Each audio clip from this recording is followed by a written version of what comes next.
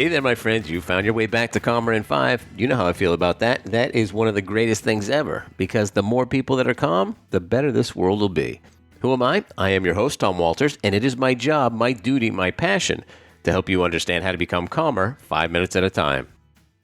Today, we're going to talk about patience and what that means for our level of calm. And I guess the best way to start is asking you that question. Are you a patient person? I know for me, for the most part, I am. But every now and then, my patience gets tested. But luckily for me, I've got a meditation practice, I've got guides, and I've got a whole bunch of experience to help me put things back into perspective. As I was thinking about patience, or more to the point, impatience, two things struck me, and they both begin with the same letter. I brought it to my meditation cushion, my meditation chair, I should say, and I asked that question. What makes me, and other people, impatient? The answer I got is that two things lead to impatience, and they both begin with that same letter. The letter? It's E.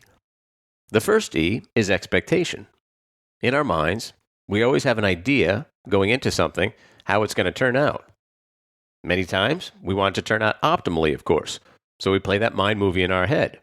We set up that expectation. But as I've said on Zen Commuter, and maybe even here, when we have expectations, we are really setting ourselves up. Our best bet is to put an intention out there and say, hey, this is what I want to experience. If it happens, cool. If not, also cool. I've got a perfect example that'll set this straight, and it comes from my own life a long time ago. I remember needing to be somewhere, but one of the things I had to do before then was pick up something at the grocery store. In my mind, I said, okay, you know what? It's going to take me about 5 minutes. I know exactly where it is, the thing I need to get. I'm just going to go in there, grab it, check out, done. I'll be back on the road. 5 minutes is all I have. 5 minutes is all it's going to take. And I'll be right on time for whatever I need to do. As you might expect, I get into the store, and it was crowded.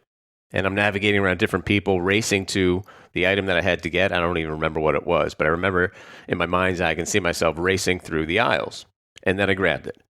I make my way back up to the front of the store, and I look for a cashier that doesn't have a lot of people. And that wasn't the case. There were lines with every cashier. So I found the one that I thought was going to get me through the fastest. I get behind a woman, and she's having trouble with the card reader. And in that moment, I was rife with impatience, thinking to myself, let's go, let's figure this out. Come on, I got things to do. In retrospect, man, oh man, what an arrogant way of thinking. I'm glad that was far in my history. And to be honest, that leads us to the other E, entitlement. Many times we think that we shouldn't have to wait, that we are above waiting. The people that have to wait are the people that aren't us. Whatever we are doing is the most important thing in the world. And if anything gets in our way, that is just not acceptable. That leads to that impatience, that feeling of entitlement, that whatever you're doing is paramount. Now, even though this isn't Zen Commuter, I can certainly tell you that having a meditation practice is going to make you more patient, because it'll deal with these two E's.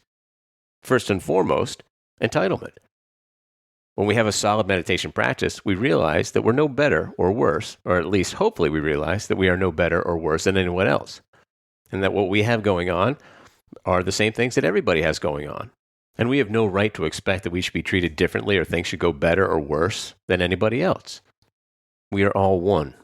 We are all equals. As for expectation, meditation takes care of that as well, because we come to understand that things will be as they will be.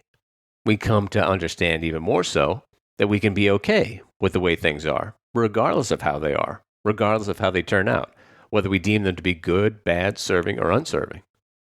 So the next time you're feeling a little stressed out because you're feeling impatient, think about those two E's. And you know what? I'm going to throw in an M as well.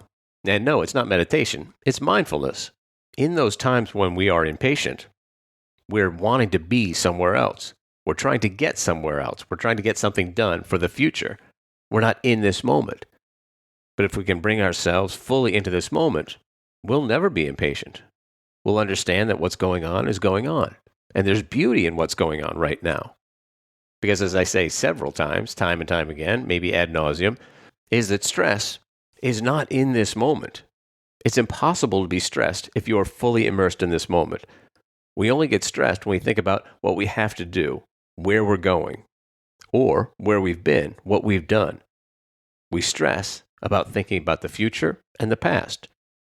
In this exact moment, the present right now, there is no stress at all. And when we can bring ourselves to that point, we're patient as patient can be. So, my friends, you go think about the things I talked about today. Know that I'll be back here tomorrow with another episode of Zen Commuter in the morning and another episode of Calmer in 5 in the evening. But for right now, this is Tom Walters for Calmer in 5 signing off, saying make the rest of your day amazing, sleep tight, and you guessed it, sweet dreams.